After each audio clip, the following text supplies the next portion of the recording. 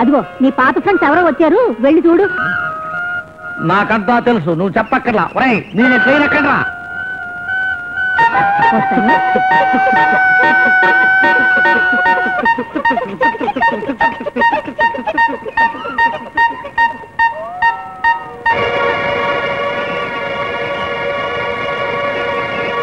ఈసారికి క్షమిస్తున్నాను.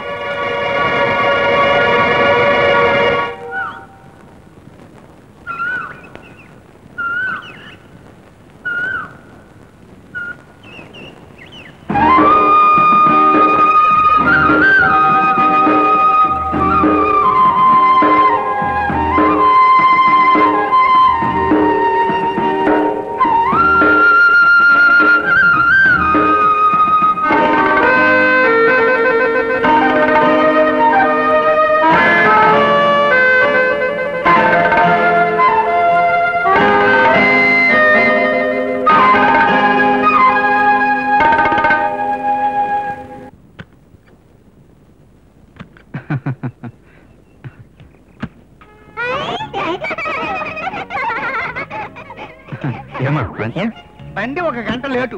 ఆలస్యమైనప్పుడే మాకు అర్థమైంది. అరే పిల్లలు అసలు ఎదగనే లేదు. నేను పోయినేడాది వచ్చినప్పుడు ఎలా ఉన్నారో ఇప్పుడు అలాగే ఉన్నారు. దానికి తీర కడితే పెద్ద పిల్లే. మరి నేను వెళ్ళరానా? ఆరోగ్యమే మహాభాగ్యం, అది నా సిద్ధాంతం.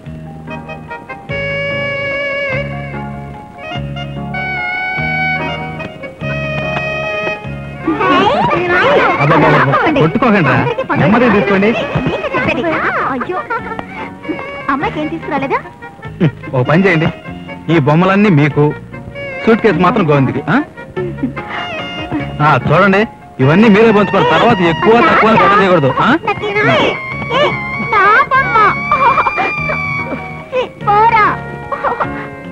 ఇలా అయితే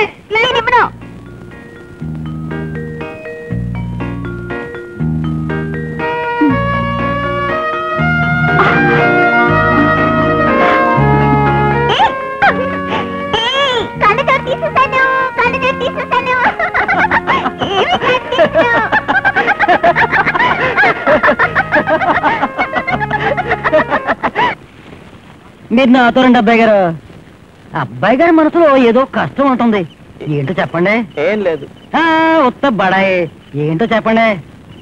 నువ్వు ఊరుకో కోటయ్యా. అదేంటో నేను చెప్పనా? ఏంటి? అదే అబ్బాయి గారి మనసులో కష్టం ఏంటో నేను చెప్పనా? చెప్పు. మరి నేను చెప్పింది నిజమైతే నిజమని ఒప్పేసుకోవాలి. చెప్పు. ఒక అమ్మాయి చుట్టూరా అబ్బాయి గారి మనసు తిరుగుతా ఉంది కదా. అమ్మాయి విషయం చెప్పినప్పుడు తల ఉంచుకుంటే ఏ లాభం? విషయం ఏంటో వివరంగా చెప్తే కదా దానికి మార్గం ఏంటో ఆలోచించగలం. ఇంతకీ అమ్మాయి కదా? అవును, అమ్మాయి. పేరేంటి? పేరెందుకు, ఒక అమ్మాయి. అదే ఎవరో చెప్పు. సర్లే, పేరు చెప్పొద్దు. పోనీ ఎక్కడుంది? ఇక్కడే పక్కనే. అబద్ధాలు మానేసి నా దగ్గర నిజం చెప్తేనే ఆ తర్వాత ఏం చేయాలో ఆలోచించి నేను చెప్తాను. ఎలాగా? దానికో దారి ఉంది. ఏం దారి? రాదారి కాదు, వంకర టెంకర దారి. ఎలా? అబ్బాయి గారు, జరిగిందంతా నా చెవులో ఏంటి? ఈ కోటయ్య శివులో చెప్పిన ఏ రహస్యమో బయటికి పొక్కదు.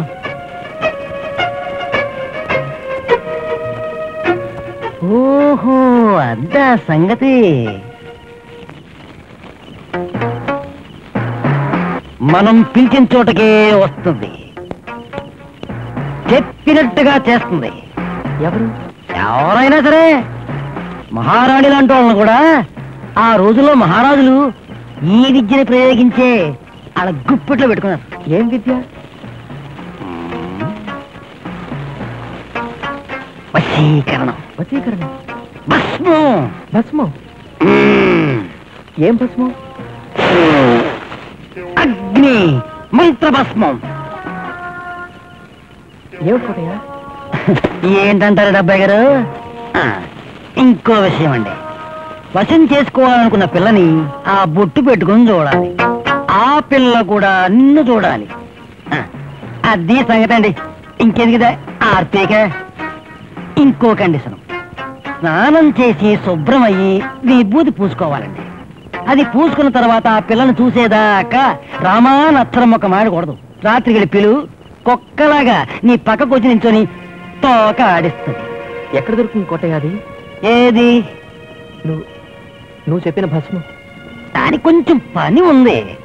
జత కట్టి ఉన్న ఊసర వెల్లులు వాటిని పేడతో కొట్టి పట్టుకోవాలి. అది జత కోసం తిరిగే ఆవు పేడతోటి. ఆ పేడతో కొడితేనే అవి తస్తాయి.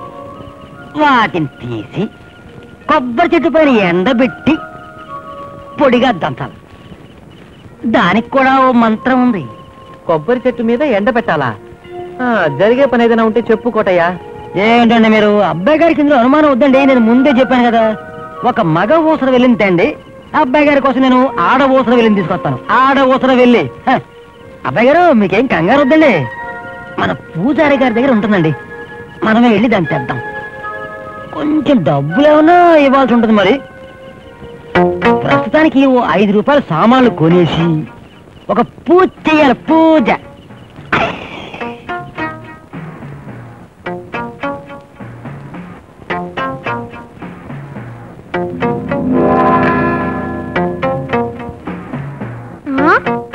ఏంటి తెల్లవారుజామున స్నానం చేస్తావు? ఎక్కడికి వెళ్తున్నావు? అరే వాళ్ళు విభూతి కూడా రాసుకుంటున్నావు, ఏమిటి విశేషం? నువ్వు పోరా.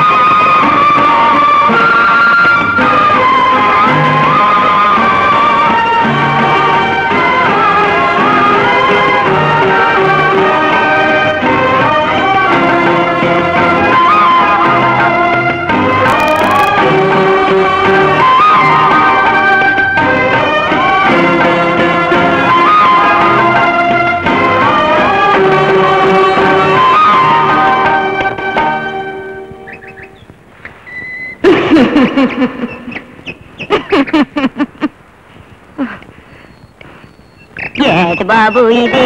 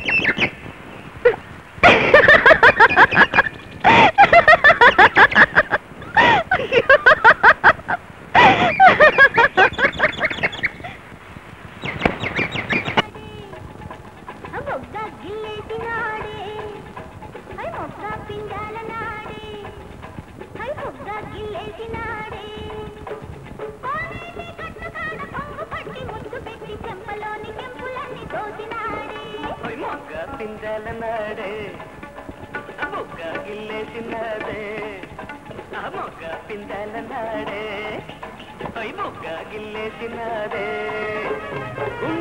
అయ్యో గోవిందుడు చూసావా